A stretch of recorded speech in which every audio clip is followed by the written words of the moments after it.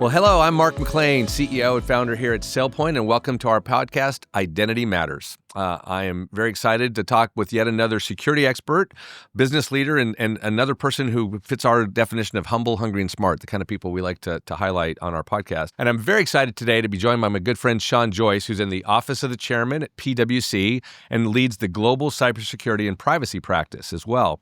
Actually, and very interestingly, Sean is a former deputy director at the FBI, but we probably won't get to ask him too many questions about that today. So, Sean, welcome to Identity Matters. So glad you could make it. Thanks, Mark. It's great to be here and good to see you again. Well, Sean, you've had a remarkable career, and from the FBI to this very important global role at one of the biggest firms in the world that's helping lots of important customers and organizations and governments around the world with their security. And to set the stage, can you just give us a little bit of a thumbnail sketch of that journey? I think it's always fun to kind of get a little background on kind of folks' career journey. All right. I'll try to keep it as short and sweet. So believe it or not, I had a tech background a long time ago when computer science wasn't cool. And not a lot of people did it. So in those languages like COBOL, Pascal, and assembly, that was me. So that was my undergrad. I went to Raytheon Data Systems after that. I was, at the time, they called them programmers, not software engineers. And then following that, I went to Arthur Andersen in IT consulting, went to business school. In between years of business school, actually, I was on the trading desk at Merrill Lynch Capital Markets on government bonds. I don't know if I knew that part of the journey. Yeah, long bond. Yeah. I didn't know that. And then coming out of school, I had office from Goldman and Merrill, but ended up going to the FBI Academy about 2 weeks after I graduated. So, a little bit of a shift there. I thought I would go in for 2 to 3 years. Try to give back a little bit was my thought at the time. About 27 years later is when I ended up coming out. You decided you'd given back enough at that point? Well, my wife told me I'd given back enough at that point. There it is. There's the reality. But yeah, I mean, really the FBI was a really fulfilling career and something that it definitely was a sacrifice on the family side, but something that was very mission driven. I got the opportunity, believe it or not, one of my first office was in Texas. So I did violent crime. I did bank robberies, fugitives, kidnappings, extortions in Dallas and Fort Worth, where I was on the SWAT team. Then I was transferred to Miami and I worked Colombian drug cartels and also was on the SWAT team there. From Miami, I went up to Miami Vice, like the real Miami Vice. I will tell you, not the TV show. It was a great time. That was the mid '90s, and still a lot of things going on. I had an undercover operation. It was we had a plane leaving Cali that ended up dropping 500 kilos into the Caribbean. We had an undercover boat that went and picked it up. So it was a lot of fun and did a controlled delivery. So a lot of great stuff there. From there, I went up to the hostage rescue team. For many of your listeners, that's probably the elite tactical team domestically for the country within the FBI. We work with the, military units, the SEALs, and Delta and some of the other units within the military and around the world. Then after the hostage rescue team, I went back to Dallas. I was the SWAT team leader there, was on a violent crime squad again. I actually did a little work on the cyber squad. So I got back to my educational roots there. And then after 9/11, I actually ended up supervising a joint terrorism task force. From there, I went over to a legal attaché. The Bureau has approximately 75 offices overseas where they have representatives. I was that. And then came back, was at the Washington field office, ran terrorism. Then I ended up running terrorism for the United States. And then I led international operations for the FBI. And then I led national security for the FBI. And then I ran the day-to-day operations of the FBI, which is the deputy director. So for the listeners, the deputy director, historically, that is up until the current administration, was the top career agent serving within the FBI that runs the day-to-day operations of the organization. The director is a political appointee by the president. So that's historically how it has been run and operated. President Trump, as you know, selected the two current deputy directors. So it's been a little bit different. But up until that point, that's how it operated. And then coming out of the bureau, ended up, well, I should say, one of the last things I did, getting back to my tech background again, was lead an initiative with Bob Mueller called Next Generation Cyber. Bob was the director, but it was really making the FBI the preeminent law enforcement and domestic intelligence when it came to cyber. So that was a great segue into then coming to PwC. And I started out as a line partner and did a couple of things here, and then was asked to create and lead our cyber practice, which I was, fortunate to do. Had a great team, and over the last 5-6 years have, built that practice. So long-winded, long journey, but that was it. Well, it's a fascinating journey, and I think it touches on a couple of things I would definitely wanted to poke into. One is that move from serving in the government to serving in the private sector. Kind of what are some of the things you would highlight about what's sort of different when you had the first lens of looking through kind of protecting a country, certainly the organizations like many companies that operate within that country, more focused on the country, and now you're helping primarily commercial organizations protect themselves, often against a country aggressor. It used to be crime, like you were fighting, real crime, not just cyber crime back in the day.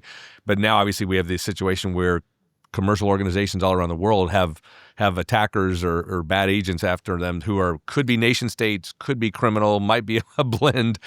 Any salient differences you noticed as you made that move from that almost 30 years in the private sector back into the commercial sector? So it was, I was probably a little bit of a fish out of water when I made that transition, and it was more of kind of understanding the private sector, and I would say there was definitely an adjustment. Fortunately, I had a very large staff that I know now I was spoiled and catered to my many needs. And then, coming into PwC, I was, learning PowerPoint on the weekends on YouTube. So it was a little bit of an adjustment. That a similar background came in really handy for that, I'm sure. That is right. But I would tell you, one of the biggest surprises, I think just like you, being a CEO, there's some leadership principles. And I think that is something that really didn't change. What was really different is people have this perception that the government is like this bureaucratic, slow thing. I would tell you, the FBI was 10 times faster. So, you probably understand because you were a founder and went through that journey, or I'd be interested, but I'm sure things for you move very quickly. But when you're talking about, organizations that have been around 20, 50, 100 years, there's a lot of bureaucracy built in there. And I think at the FBI, because of some of the tempo of operations, things and decisions were made very quickly. And I was surprised in the private sector how slow things were. The other thing was, it was amazing to me presenting to boards how many times folks wanted it baked. If I told you how many times I had to practice with current management about a board presentation, like it went through 15 iterations where in the FBI, I'd be like, I talk to the attorney general every day, every morning I had a meeting with him. And, it was sort of more of a discussion of this is how it was. So the bureaucracy actually surprised me. That was the first thing that surprised me. And you're right, counterintuitive for most people that they would think the opposite were true, right? Yeah. And probably it depends on what part of government you're coming from. Sure. The other thing is I didn't understand the extent of the threat.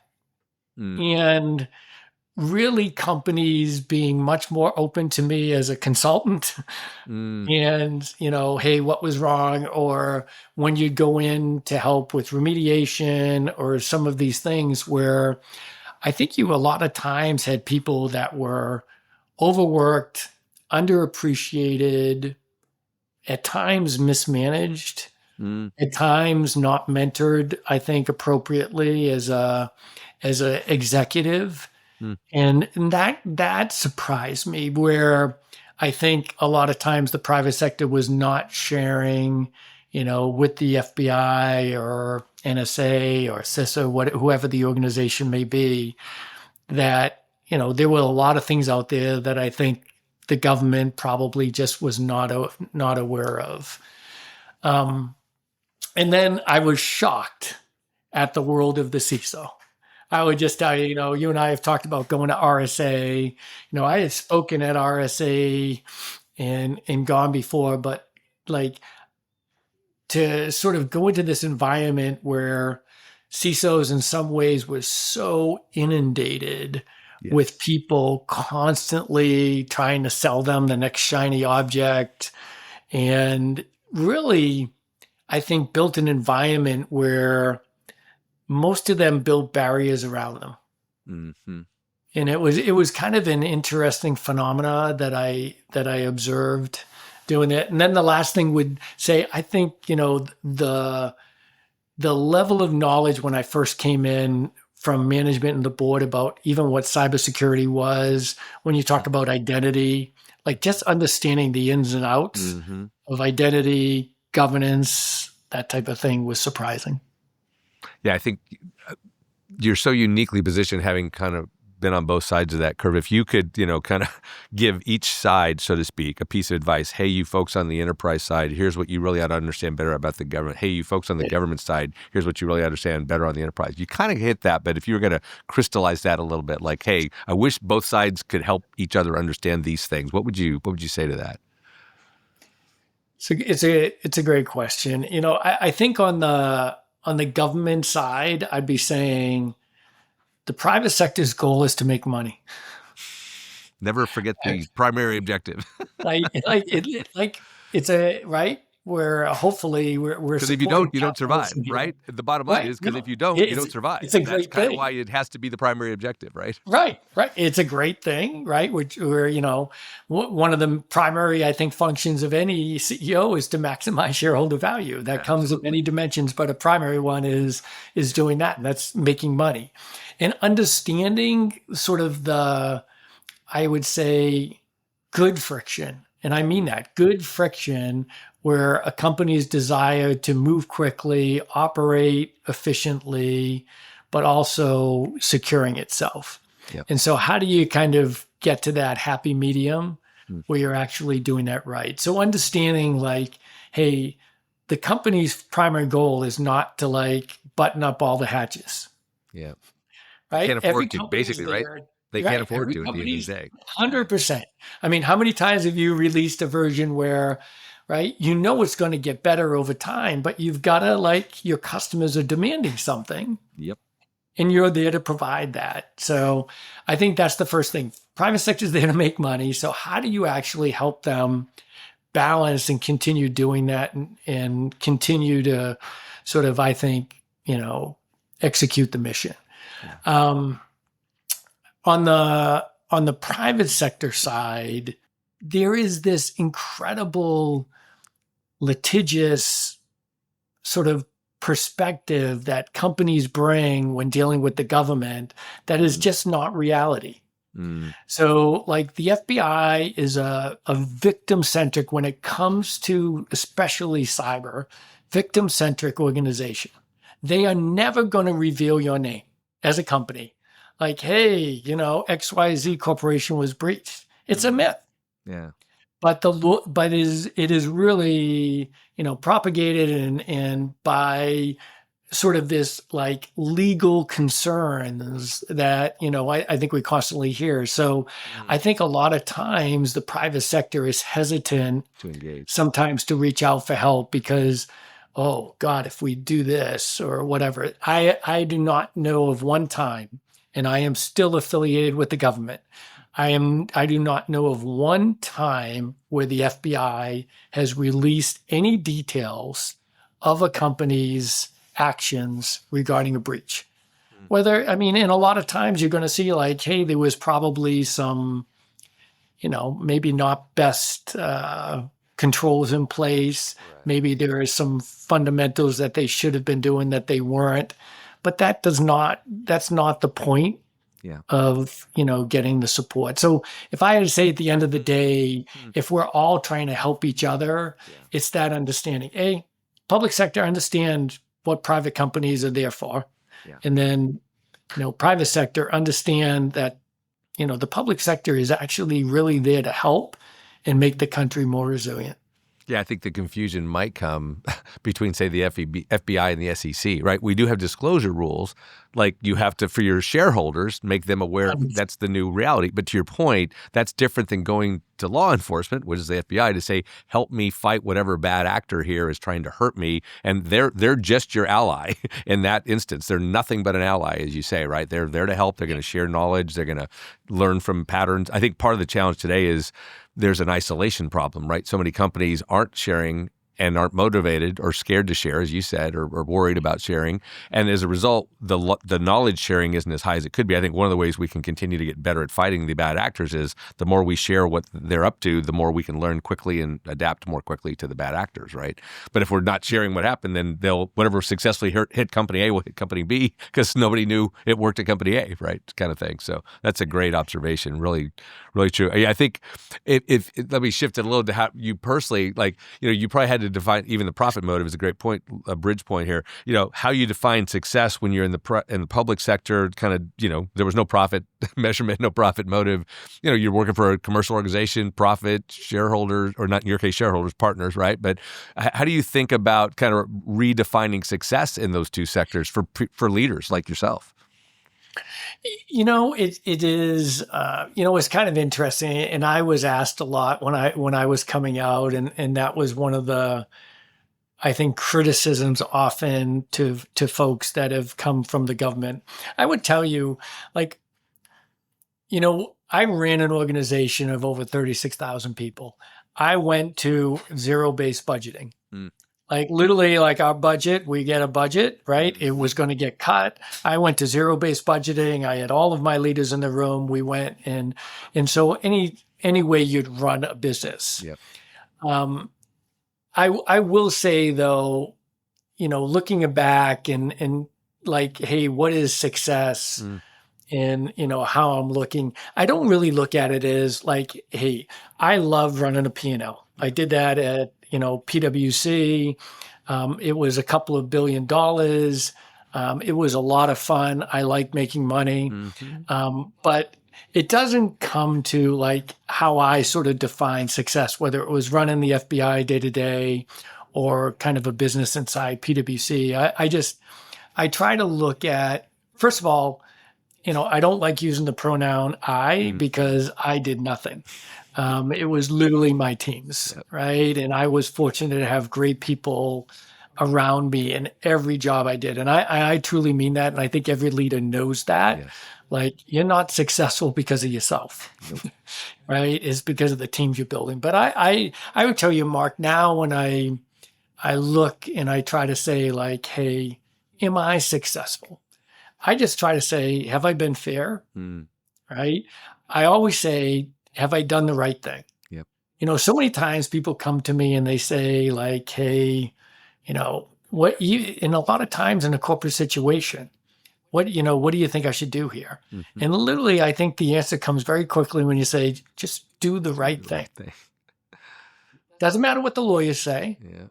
Doesn't matter what any other people are saying. What's the right thing? Yeah. And then did I give it my best? Yeah. Did I kind of, hey, leave it on the table and do that? So it's not like, hey, did I make a ton of money? Yeah. Did I, do this or do that? Not so much.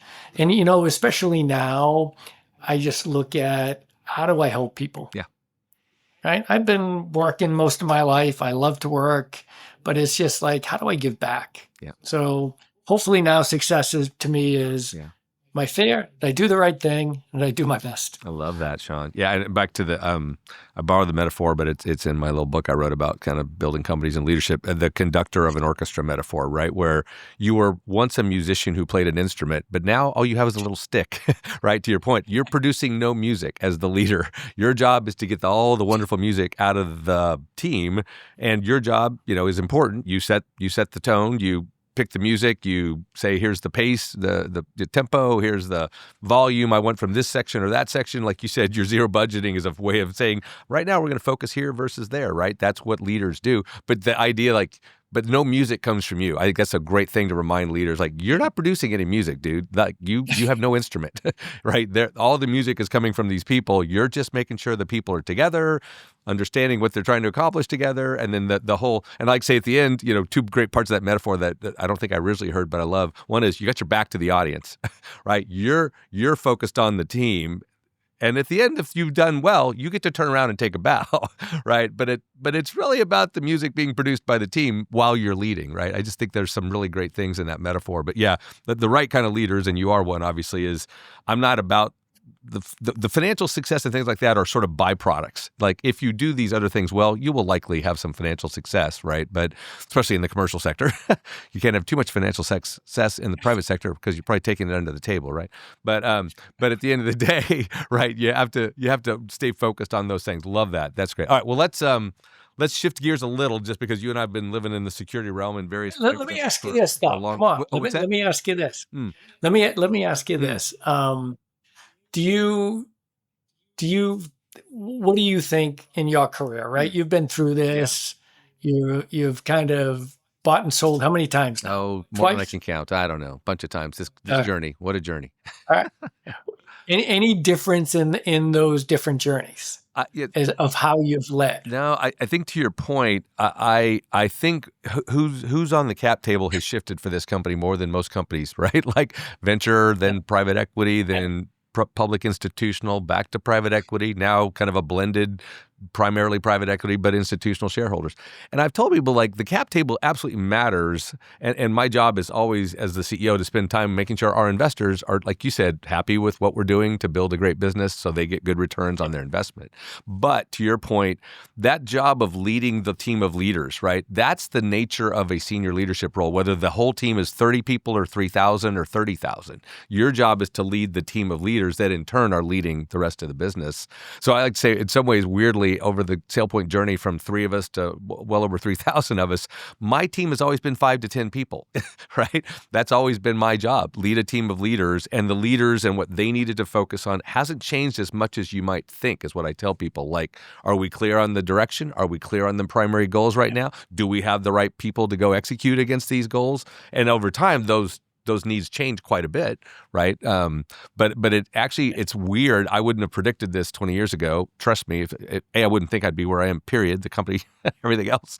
But on the leadership aspects of it, I'm like, my job is still kind of similar. Like, I've got to make sure I got the right leadership team in place that knows what's needed and can build their teams around them to go execute against our goals and deliver great results. And the thing that's been fun is that's a constant. You and I've talked a lot about culture.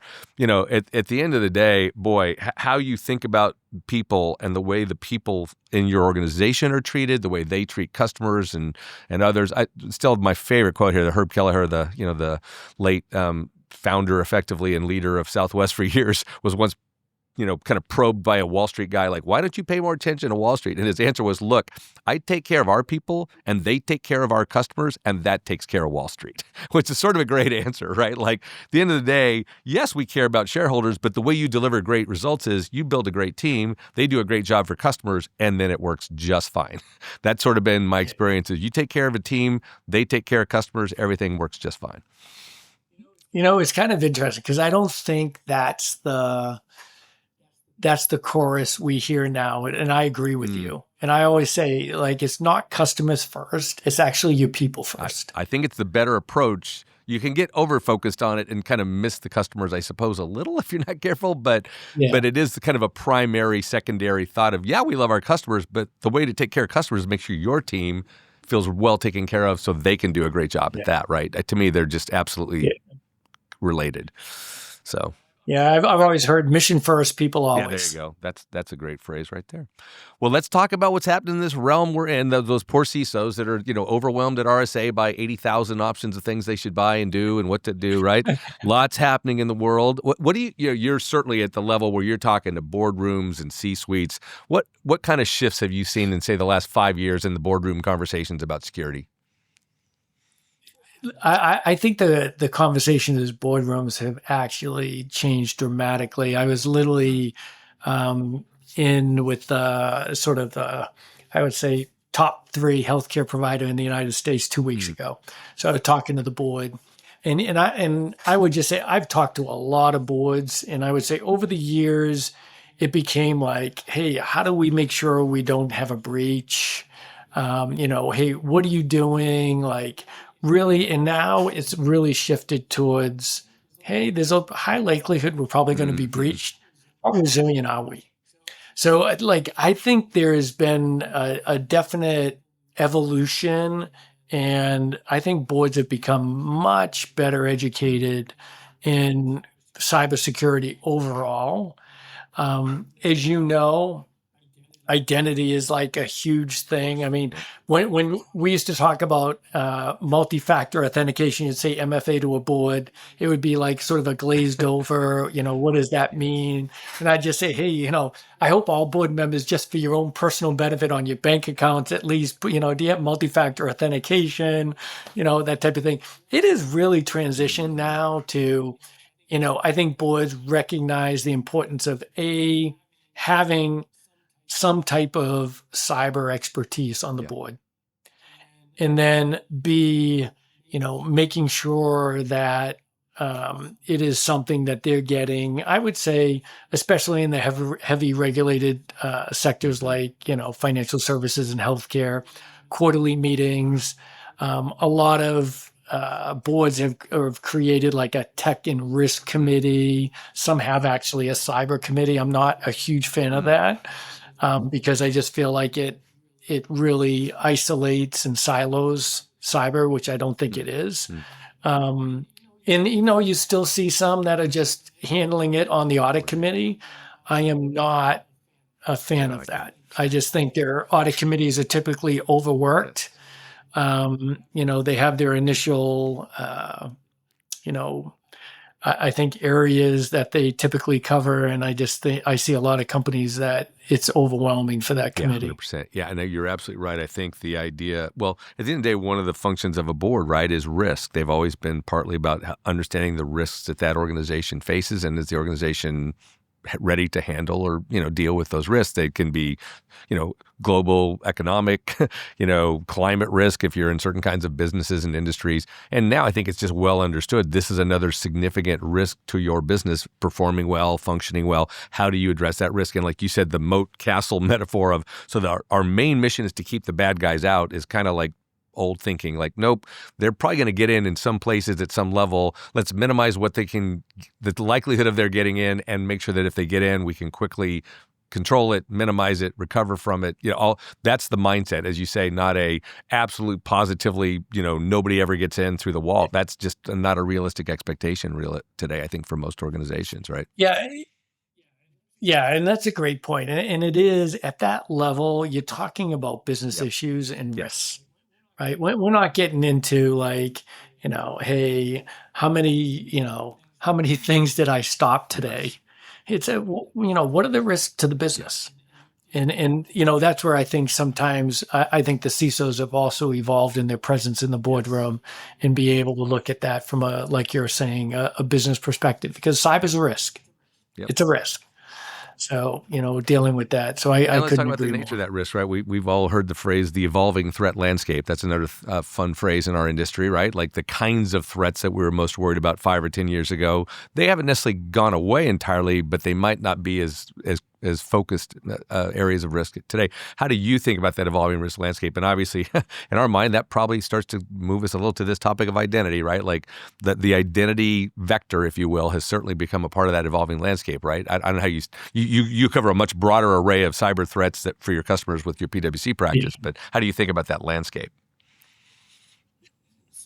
So, to me, the biggest thing is that basically analogy you were making or metaphor where it's like the moat and the castle, and really now moving to ecosystems, right? So what ecosystem are you operating in? And I think we've seen, the challenge is if you don't view it that way with some of, when we talk about, SolarWinds or Move It, some of these, actually pieces of software that are ubiquitous, right? That a lot of people didn't know were part of what they had, yet it affected, thousands of companies. So I think it's critical to sort of look at, first of all, I think you need to kind of look at that ecosystem and not just think about, hey, my own network or whatever that is.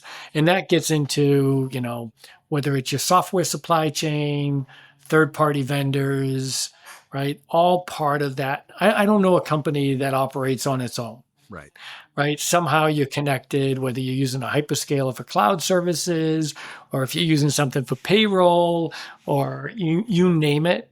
There's a bunch of, I would say hundreds, if not thousands of digital connections.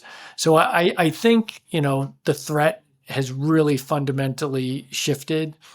And now when you look at, like, we're going to get into the bingo word AI, right? You're looking at, I think the speed and scale of what things happen, and we're all aware of, recent reports that have come out, like you're going to continue to see AI being leveraged. And I think what it's going to do is really demonstrate how important the fundamentals are. So like in identity, in governance, right? Access management, right? Like, are you actually, when you're starting to allow machines, and obviously machines have been, identities, we've had that for a long time, but when you talk about agent identities, right? And then you get into access rights and all of this, like there is a lot going on there. And the speed and scale of sort of that evolution, I think, is going to be really challenging. You nailed it. We talk a lot with our, shared customers, obviously these very large organizations, global companies in the Fortune 2000, 5,000, leading governments around the world, that this issue of, I may not have been doing, frankly, as good a job as I think I ought to be doing on my human identities, which is, maybe scale X, and I'm about to see a 10X, 100X explosion to non-human identities. And wow, how am I going to keep up with that scale at speed and complexity? I think it is daunting. It's daunting, frankly, for a lot of us in the industry. We're running really hard after it and leveraging some of that same AI technology to make our solutions better and make them more effective. But it is a very, I think you and I are about the same length of time in the industry, 40 odd years in technology. The speed and scale of this change is pretty much unprecedented. Living through the mobile revolution, the internet revolution, this is coming at incredible pace and has more potential for change, right, than we've probably ever seen. More potential for good and positivity, right? Efficiency and effectiveness of organizations and what they do, and correspondingly a massive amount of concern and risk that it provides exposure and risk that we probably aren't really well suited to manage today. I think that's sort of top of mind for so many of our clients. Have you heard any particular themes, again, back to the C-suites and the boards that you're talking to, like, wow, we love this technology, or we're scared of this tech? Like, how are they thinking about AI, particularly AI and agentic, in the context of security? It was interesting. So how long has it been now? 2 years or whatever when this first came out. I think everyone it's just like the internet. AI has existed for over 20 years, right? When you get into machine learning, the history. But the availability to the masses is what's changed. It's just like the internet. And I agree with you. Like this to me is going to be generational changing. And, I think initially it was like, everyone was like, what are you doing? Like, how are you leveraging this? Then all of a sudden, probably 90 days later, I started getting calls from, chief risk officers, chief compliance officers, like, hey, how are you kind of governing this stuff? Like, how are you looking at the risk? right? And it was an Yep. afterthought. And I think that's a microcosm of our country's view on how we're treating AI right now. It's innovation first. And I'm not here to kind of say that's good or bad as much as that's been our approach. Right. So I think now there is a more of a question about how are you securing AI? Right. And what is that, framework? How are you making sure that, what all these tools folks are using, it's almost like Yep. shadow IT, but where's AI being leveraged throughout the organization? What type of guardrails do we have around that? And I would tell you, it is going to be, I think we're going to find that in some ways, maybe we move too fast. And in other ways, I think, innovation is phenomenal and it's great. And it's what this country is I think, known for throughout the world. But I do think there's a balance there. I'm not sure, to be honest with you, I'm not sure I'm smart enough to know what that Yeah. balance is. I'm not sure, though. I don't think we're there yet. Couldn't agree more on that point. I think at the end of the day, remember there was that movement. Yeah, this whole thing has moved so ridiculously fast. I guess that's probably a little over a year ago. Whenever, a set of business leaders, I think Mr. Musk was among them, saying, "Hey, we need to hit the pause button. This is moving too fast." And frankly, pretty quickly, the security part of the universe, among others, said, "Hey, you know what? The bad guys aren't pausing, so we can't pause much because they're going to start to figure out how to leverage this technology to hurt us. We've got to be thinking about how to use it to protect ourselves and defend ourselves, not much less the business advantages." But like you say, I think there's a sense that so much potential for good and so much potential for damage, and how do we manage that tension well as business leaders and our organizations? It's just a challenging time and exciting, right? Certainly fun and exciting. That may lead us to another quick segue here. I know we could probably talk for about 3 hours, which probably people would not listen to. Only Joe Rogan gets 3 hours. I think we don't get 3 hours. I think at the end of the day, that the convergence of the things we talked about, Sean, like what's going on in the realm of cybersecurity and risk, and a lot of topics early on there about leadership. When you think about, we're kind of stage of our careers where in some number of few years, we're probably passing batons to next generation leaders. And how do we help these next generation leaders in business and security with thinking about their role in this really rapidly evolving landscape? If you're counseling a 45-year-old CISO today, what do you tell them about how they ought to be thinking? I actually think the leaders of today, it is incredibly challenging. And, I think when we look at historically the time where we were sort of, I would say, emerging as, if we want to call ourselves leaders, I think you went through periods of change, but a lot of periods of stability. I feel like now it is, you really need an adaptable, agile leader. And if you don't have that, you don't need a leader. And again, I think, I am old enough to know what kind of leader I am, but you don't need a leader that keeps the train running on time right now. Like you just don't. And there are some people, and that's a great leader. I'm not saying that, I'm not knocking that, right? But there are different styles of leadership. You actually need catalyst type leaders. You need somebody that's going to adapt quickly, that's going to be very agile. When I look at even right now, I'm talking to the US leader, we've got to change the practice, fundamentally, how we actually work and help companies. We have to fundamentally, completely change that. And we don't have 2 years to change that. Yeah. Right. So I go back to, I laughed when I went to Amos Tuck Business School. It's up at Dartmouth's Business School. And, it was like, oh, as an executive, you put together a 3-year plan or a 5-year strategic plan. I literally I look at my strategy every quarter and I say, hey, are we on track? Do we need to do a course adjust? What's the shift we need to make? And I think you really the CISOs, my advice would be, stay abreast of what's happening. I try to listen to this, AI podcast, the AI Daily podcast about hey, what's the latest and greatest that's happening out there? Not saying, listen, I get the hyperbole and all of that, but just being aware of kind of what's happening. What's actually common sense to leverage and what's like waiting for it to happen. Right? Like I am asked, if I told you how many times I'm asked about quantum, I don't know if we're going to get into quantum, Great. but like, no, but I'm telling you, like, and I've literally talked to like the lead in Caltech about that.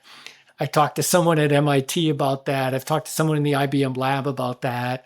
Like, I am all for, and I tell CISOs, you want to have, first of all, in quantum, you want That's to, I know we're digressing, but you want to just know kind of, okay, what data do I want to protect? That's the first question you should be asking.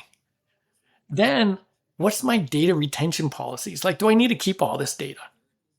Then the third is like, okay, what do I need to encrypt or tokenize or whatever we're doing? But how do I then make sure on the stuff that I care about that it has quantum resistant encryption?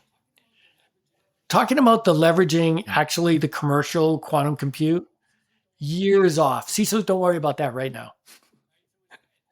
Right. So it's that like, but just being able, it's hard though. It's challenging. If you're a CISO out there, you're getting bombarded by like, hey, this is coming. This is great.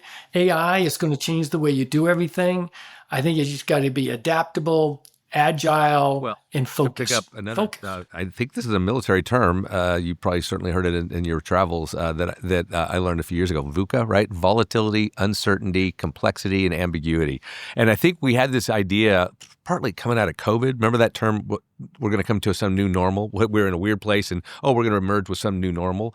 I kind of put those together in my head now. It's like, that is the new normal. I think a lot of us think it'll be great to get out of this VUCA world we're living in where it's so volatile, so uncertain, so complex, so ambiguous. No, that is the new normal, right? Like, that is normal. The world is going to be probably permanently somewhat volatile, pretty uncertain, very complex, somewhat ambiguous, right? That is normal. You're going to have, like you said, it's a flexible, agile approach to leading and planning and strategy and execution.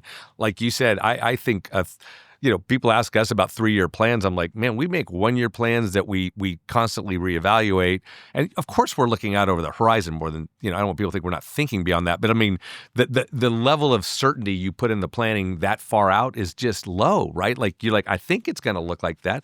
I tell people, like you said, Sean, I had to go look up agentic the first time I heard. I'm like, what are they saying? Oh, that's like a verb form of agent. I'm like, what is an agentic? What is that? And that's now like my daily language, right? I mean, these things have moved so fast.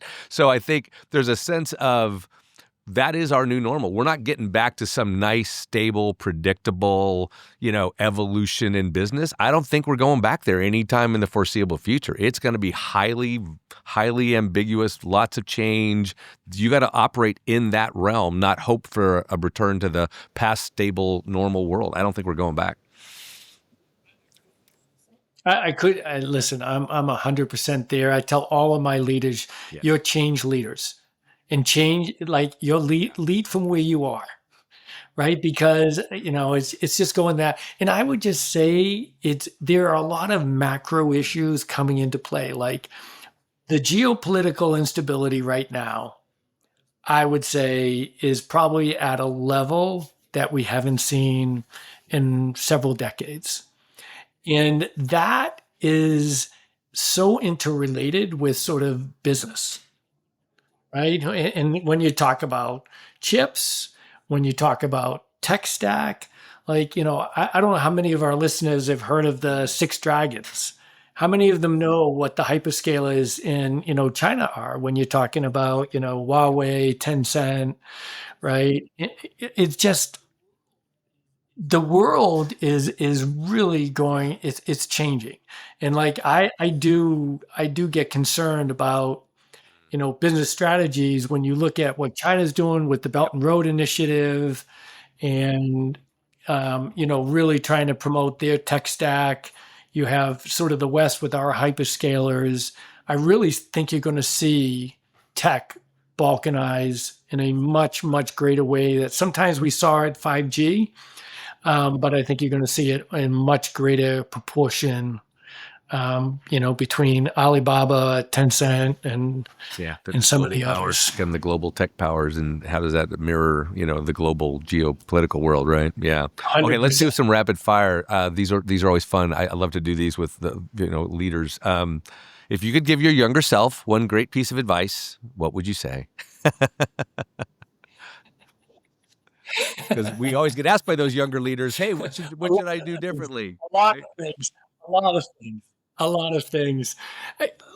If my younger self, I would say, I would tell my younger self, the world is gray. Everything isn't black and white, right? And you realize there are nuances. That being said, there are some That things was that you are do the black and right white. thing, right? That presupposes you can differentiate the right 100, thing from the wrong thing. There might be some gray in some areas, but some things are not gray. 100%. To your point, right? No, but it is. But yeah, I think when I was a younger manager, I made many, many mistakes. But that was the one of the things. Just hey, maybe not fully understanding some of the things, and then I think I'll give you two. The other thing is I think I learned maturing as a manager and leader that I needed to surround myself with people not like me.